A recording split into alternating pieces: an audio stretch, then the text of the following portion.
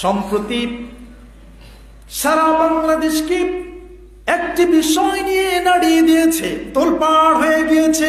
200 কোটি মুসলমানদের আঘাত লেগেছে অন্তরে। একজন ব্যক্তি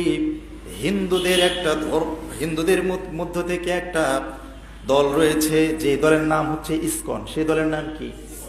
ইসকন। আমাদের মুসলমানদের ভেতর অনেক দল আছে না? আমাদের নেতা নির্বাচনের জন্য কেউ আমরা এক এক দল এক একজন বেছে নিয়েছি। তাদের ভেতরে এমন গ্রুপ রয়েছে, দল রয়েছে, এই ইসকন হচ্ছে নিষিদ্ধ, সারা পৃথিবীতেই পড়ায় নিষিদ্ধ। এই ইসকন বাংলাদেশে তারা দাবি করেছে আমাদেরকে সমকামিতার প্রমোট করতে হবে। বলুন তো দেখি, 96-95% মুসলমানের দেশে কি আমরা সমকামিতা মেনে নেব নাকি? যেই জায়গায় সমকামিতার মতো গুনার কাজ হয়, সেই জায়গার আল্লাহ লানত হয়, সেই জমিনের উর্বরতা শক্তি হারায় ফেলে, সেই জমিন আল্লাহর গজবের এলাকা হয়ে যায়। লূত আলাইহিস সালামের জামানায় সমকামিতা করার জন্য আল্লাহ তাআলা লূত আলাইহিস সালামের জাতিকে ধ্বংস করে দিয়েছিলেন। বলছে আমাদের সমকামিতা প্রমোট করতে হবে, ছেলে ছেলেকে বিয়ে করবে, মেয়ে মেয়েরে বিবাহ করবে। আমার ভাইরা, এমন আন্দোলন শুরু করে দিল ইসকনের এই লোকগুলা। এই প্রভু তার মাঝে মাঝেই দেখছি ভিডিও আপলোড হচ্ছে, আপনারাও দেখেছেন। প্রভু ধরা পড়ছে, বলতেছে প্রভু ছেলেকে নিয়ে ধরা পড়ে, মেয়েকে নিয়ে ধরা পড়ে।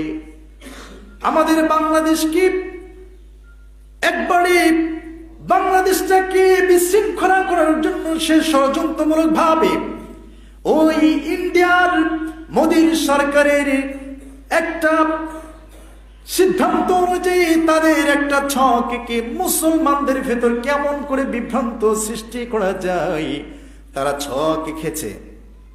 তারা এই হিন্দুদের দিয়ে আমাদেরকে নাড়াতে চাচ্ছে, কিন্তু প্রত্যেক ব্যক্তি তো আমরা কালেমা পড়া মানুষ, কথা বলেন ঠিক কিনা?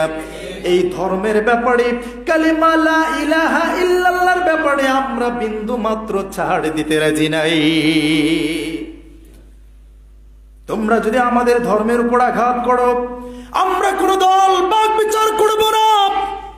আজকে ইন্ডিয়ার ওই মোদীর সরকার আমাদের বিরুদ্ধে লেগে গিয়েছে। আজকে পাকিস্তানের পার্লামেন্ট থেকে বলা হয়েছে বাংলাদেশের দিকে কেউ যদি ইন্ডিয়ার কোন ব্যক্তি চোখ তুলে তাকায়, আমরা তাদের চোখ উড়ায় ফেলবো। আর আমরা বাংলাদেশের মুসলমানের বলতে চাই, বাংলার জমিনের দিকে তোমরা যদি চোখ তুলে তাকাও, বাংলাদেশের প্রশাসন সেনাবাহিনীকে বলবা, আমার এই আলোচনাটা লাইভ হচ্ছে, সারা পৃথিবীতে ছড়ায় যাচ্ছে। সেনাবাহিনী আমাদের দেশের রাষ্ট্রীয় সরকারকে বলবো, আপনারা মুসলমানদেরকে সব সময় সঙ্গে পাবেন। সেনাবাহিনী যদি আমাদেরকে আমাদের দেশটাকে রক্ষা করার জন্য, ইসলামকে রক্ষা করার জন্য আমাদের যদি জীবন দিতে হয়, আমরা রাজপথে জীবন দেওয়ার জন্য তৈরি হয়ে আছি মুসলমান। এই কালেমার ক্ষেত্রে আমরা বিন্দুমাত্র ছাড় দিতে রাজি নাই, কথা বলেন ঠিক কিনা? আমার ভাইরা, ওই যে একজন আলিফ ভাই, তাকে হত্যা করা হলো। কেন হত্যা করা হলো আমরা যেটা জানতে পেরেছি, আপনারা অনেকে জেনেছেন, আলিফ ভাইয়ের অপরাধ ছিল এই ইসকনরা যে রায় চেয়েছিল তার বিরুদ্ধে সে অবস্থান গ্রহণ করেছিল। তিনি আপনারা ওই যে সেখানে গিয়ে তাদের বিরুদ্ধে লড়ছিল, আদালতে তাদের বিরুদ্ধে লড়ছিল। এই জন্য ভাইকে ঘিরে ফেলে দিল হিন্দুরা। এরপরে মুসলমানদের সামনে থেকে তাকে চিনায় এনে জনসম্মুখে তাকে জবাহ করে দিল। আমার ভাইরা, কিন্তু সবচেয়ে বেশি কষ্ট আমাদের অন্তরে লেগেছে। এই আলিফ ভাইয়ের একটা সন্তান ছিল, একটা মেয়ে ছিল, ছোট্ট বাচ্চা, 3 বছর বয়স হবে। যখন আলিফ ভাই, সাইফুল ইসলাম আলিফ ভাই বলতেন, আম্মু তোমার জন্য আজকে বাজার থেকে কিনে আসবো, তখন এই বাচ্চাটা বলতো, বাবা আমার জন্য লাল কাপড় নিয়ে আসবা। কেমন করে সে বুঝলো? তার স্ত্রী বলেছে, যখন আমরা বলেছি তোমার বাবা কি নিয়ে আসবে, আব্বু তোমার জন্য কি নিয়ে আসবো, সব সময় বলেছে বাবা আমার জন্য লাল কাপড় নিয়ে আসবা। কিন্তু বাবাজি ওই লাল কাপড়, রক্তে জমাট বাঁধা কাপড় নিয়ে মেয়ের সামনে হাজির দেবে, মেয়ে জানে না। আমার ভাইরা, এই আলিফ ভাইকে বাংলাদেশে একজন ব্যক্তিকে গোসল না দিয়ে তাকে দাফন করা হয়েছে। এই হচ্ছে আলিফ ভাই। সারা পৃথিবীর 200 কোটি মুসলমানকে কাঁদিয়ে দিয়েছে তার এই হত্যাকে। কি অপরাধ ছিল? সে চেয়েছিল আল্লাহর জমিন মুসলমানদের দেশে এই সমকামিতা প্রমোট করা হবে না। আমার ভাইরা, আমাদের জীবন থাকা পর্যন্ত আমরা ওই সমকামিতা মেনে নেব না।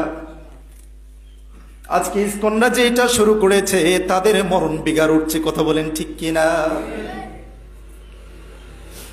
এই জন্য সামনে গাজওয়ায়ে হিন্দ আমাদের সামনে হাত ছাড়ে দিচ্ছে। বিশ্বনবী বলেছেন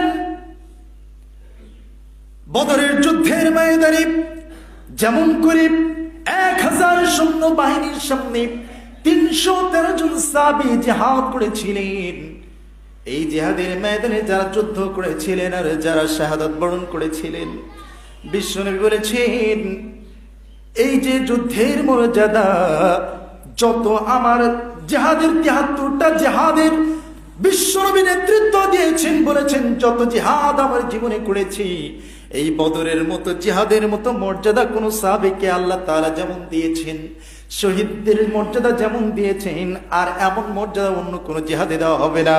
কিন্তু ওই যে গাজওয়ায়ে হিন্দে যে জিহাদ হবে, ওই জিহাদের ময়দানে যারা ওই হিন্দুস্তানের বিরুদ্ধে জিহাদের ময়দানে যারা ঝাঁপিয়ে পড়বে, যারা শহীদ হবে, যারা হাত হারাবে, যারা জীবন দেবে, এরা বদরের যুদ্ধের মতো তাদেরকে আল্লাহ পাক রব্বুল আলামিন সম্মানিত করে দেবেন। আমার ভাইরা, ওই বদরের যুদ্ধে যে সম্মান আল্লাহ পাক দিয়েছিলেন ওই গাজওয়ায়ে হিন্দের জন্য এখন আমাদের রেডি হতে হবে। অনেকেই বলছেন ইমাম মাহদী আলাইহিস সালাম চলে এসেছেন, শুধু অপেক্ষা। কোন জায়গায় রয়েছেন? শুধু একটু অপেক্ষায় আমরা রয়েছি। আমার বন্ধুরা, ওই গাজওয়ায়ে হিন্দে বিশ্ব নবী বলেছেন মুসলমানদের মধ্যে 3টা ভাগ হবে। কয়টা ভাগ? 3টা ভাগ হবে। একটি ভাগ তারা জিহাদ করবে, আরেকটা ভাগ বলবে বিশ্ব নবী তো বলেছেন যে একটা দেশের সঙ্গে আরেক দেশের সঙ্গে জিহাদ হবে, এমন তো হচ্ছে না, মাসালা নিয়ে পড়ে থাকবে, তারা জিহাদে অংশগ্রহণ করবে না।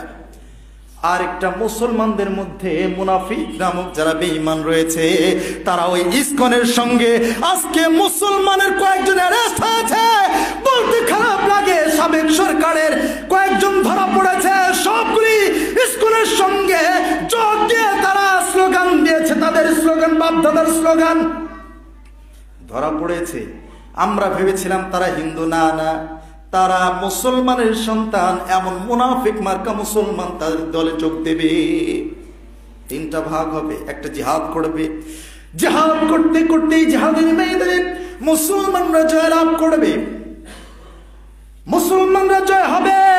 3 ভাগের 2তম ভাগে মুসলমানেরা এত রক্ত দেবে, 3 জনের ভেতর 1 জন করে মুসলমান শাহাদাত বরণ করবে। তাহলে কি অবস্থা হবে? আমার ভাইরা, আজকে আমরা দেখতে পাচ্ছি বিএনপির একজন নেতা, তিনি গতকালকে ইন্ডিয়ার একটা যখন প্রোগ্রাম হচ্ছিল, রিজভী ভাই বলেছেন অনুষ্ঠানের মধ্যে, সে বলেছে এই যে এইটা হচ্ছে আমার ওয়াইফের শাড়ি, আজকে তোমাদের সামনে আমার এই যে স্ত্রী ইন্ডিয়ার যে শাড়ি পরতো, আজকে আমি এই শাড়ি পুড়িয়ে দিয়ে তাদের বিরুদ্ধে আজকে আমরা বয়কট ঘোষণা করলাম। আলহামদুলিল্লাহ বলেন।